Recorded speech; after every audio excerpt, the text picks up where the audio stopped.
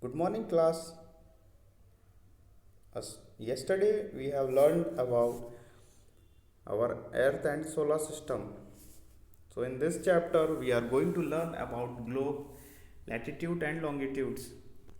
So, let's start with the chapter. In previous chapter, you have read that our planet Earth is not a sphere. It is slightly flattened at the north and the south poles and bulge in the middle. Can you imagine how it looks? You may look at a globe carefully in your classroom to get an idea. Globe is a true model, that is miniature of a form of a earth. Globes may be of a varying size and types. Big ones which cannot be carried easily, and on the other hand small pocket globe and globe like balloons which can be inflated and are handy and carried with ease. The globe is not fixed, it can be rotated the same way as a top spin or a potash wheel is rotated. On the globe, countries, continents, and oceans are shown in their correct size. It is difficult to describe the location of a point on a sphere like the earth. Now the question arises as to how to locate a place in it. We need certain points of reference like and lines to find out the location. You will notice that a needle is fixed through the globe in a tilted manner, which is called its axis. 2 points on the globe through which the needle passes are two poles, North Pole and South Pole. The globe the globe can be moved through around this needle from west to east just as the earth moves. But remember, there is a major difference. The real earth has no such needle. It moves around its axis, which is an imaginary line. Another imaginary line running on a globe divides it into two equal parts. This line is known as the equator. The northern half of the earth is known as the northern hemisphere, and the southern half is known as southern hemisphere. They are both equal halves. Therefore, the equator is an imaginary circular line and is a very important reference point to locate places on the earth. All parallel circles from the equator up to the poles are called parallels of latitudes. Latitudes are measured in degrees. The equator represents the 0 degree latitude. Since the distance from the equator to either of the pole is one fourth of a circle round the earth, it will measure one fourth of 360 degree, that is 90 degree. Therefore, 90 degree north latitude marks the north pole and 90 degrees south latitude marks the south pole. As such, all parallels north of the equator are called north latitudes. Similarly, all parallels south of the equator are called south latitudes. The value of each latitude is therefore followed by either the word north or south. Generally, this is this indicates by the letter N or S. For example, both Chandrapur in Maharashtra and Belo Horizonte in Brazil are located on parallels of both 20-degree latitude, but the former is 20 degree north of the equator and latter is 20 degrees south of it. Therefore, we can say that Chandrapur is situated at 20-degree north latitude and Belo Horizonte is situated on 20-degree south latitude. As we move away from the equator, the size of the parallels of the latitude decreases. Some important parallels of latitudes. besides the equator, that is 0 degree, the north pole, that is 90 degree, and the south pole, 90 degrees south. There are four important parallels of latitude. First is Tropic of Cancer, that is 23.5 degree north in the northern hemisphere. Second, Tropic of Capricorn, 23.5 degrees south in the southern hemisphere. Third is Arctic Circle at 66 and half north of the equator.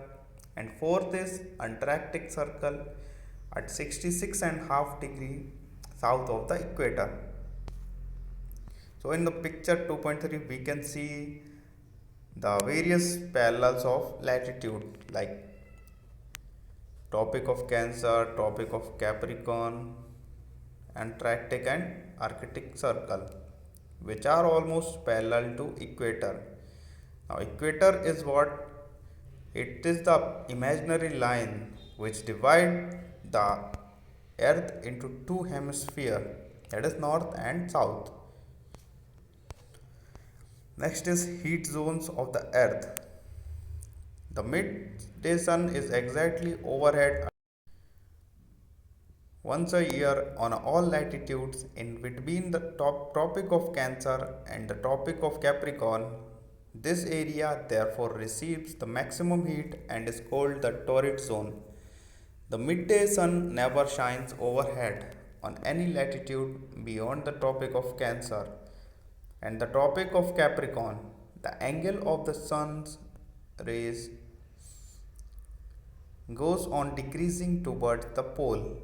As such, the areas bounded by the Tropic of Cancer and the Arctic Circle in the northern hemisphere and the Tropic of Capricorn and the Antarctic Circle in the southern hemisphere have moderate temperatures. There are therefore these are called temperate zones.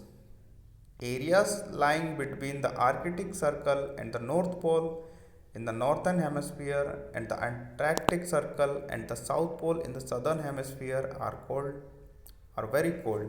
Therefore, it is known as frigid zone. What now we are going to learn about longitude. To fix the position of a place, it is necessary to know something more than the latitude of that place. You can see, for example, that Tonga Island and the Mauritius Islands are situated on the same latitude, that is 20 degrees south. Now, in order to locate them precisely, we must find out how far east or west these places are from a given line of reference running from the North Pole to the South Pole. These lines of reference are called the meridians of longitude, and the distances between them are measured in degrees of longitude. Each degree is further divided into minutes and minutes into seconds. They are semicircles and the distances between them decreases steadily polewards until it becomes zero at the poles where all meridians meet.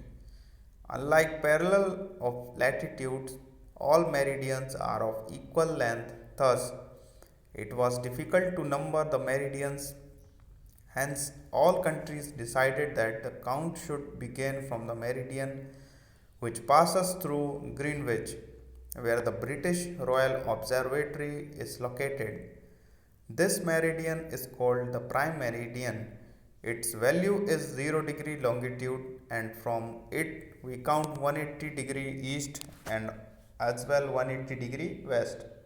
The prime meridian and 180 degree meridian divides the earth into two equal halves, the eastern hemisphere and the western hemisphere.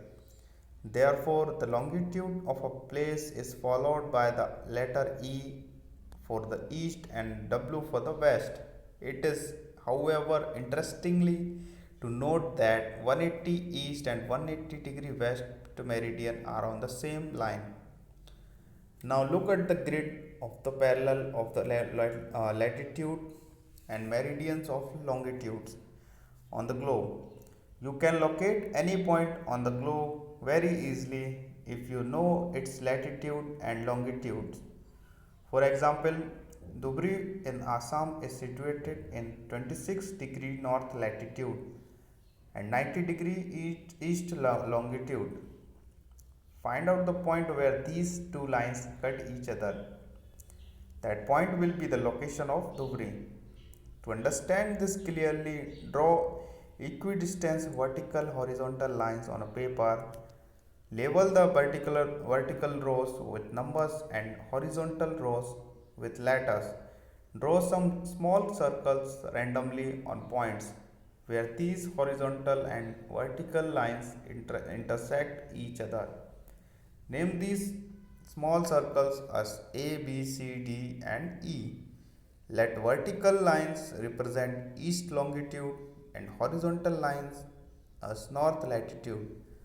Now you will see that circle A is located on B and latitude and 1° east longitude. Find out the location of other circles.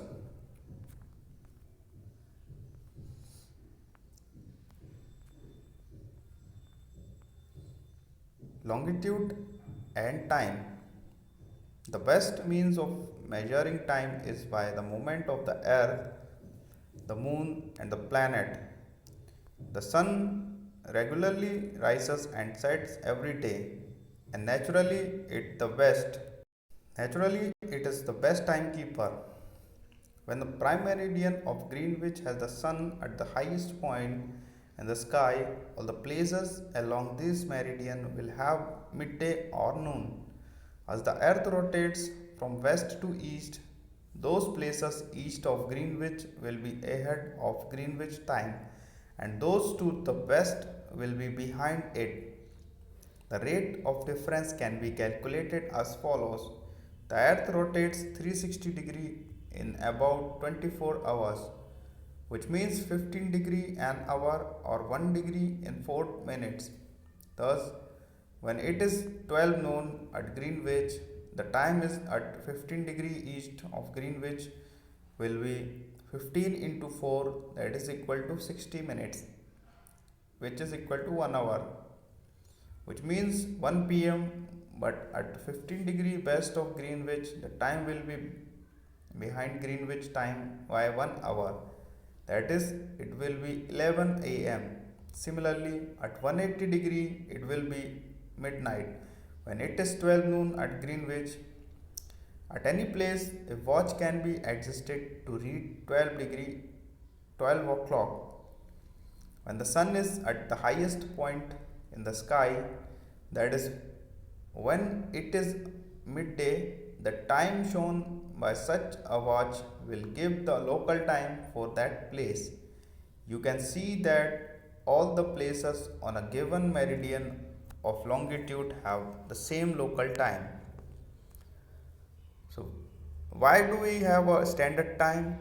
The local time of the places which are on different meridian are bound to differ. For example, it will be difficult to prepare a timetable for trains which crosses several longitudes. In India, for instance, there will be a difference of about 1 hour 45 minutes in local time of Dwarka in Gujarat and Dibrugarh in Assam. It is therefore necessary to adopt the local time of some central meridian of a country as standard time for the country. In India, the longitude of 82.5° east is treated as the standard meridian. The local time in the meridian is taken as the standard time for the whole country. It is known as Indian Standard Time, that is also known as IST. Kabir lives in a small town near Bhopal. He tells us his friend Alok that they will not be able to sleep tonight. A day and night cricket match between India and England had started at 2 pm in London. This means that the match would begin at 7 pm in India and finish well into the night. Do you know what is the time difference between India and England? So India located east of Greenwich at 82.3 degree 30 east is 5 hours and 30 minutes ahead of GMT. So it will be 7:30 p.m. in India when it is 2 p.m. noon in London. Some countries have a great longitude extent, and so they have adopted more than 100 time. So they have adopted than one standard time. For example, in Russia there are as many as 11 standard times. The earth has been divided into 24 time zones of 1 hour each. Each zone thus covers 15 degree of longitude.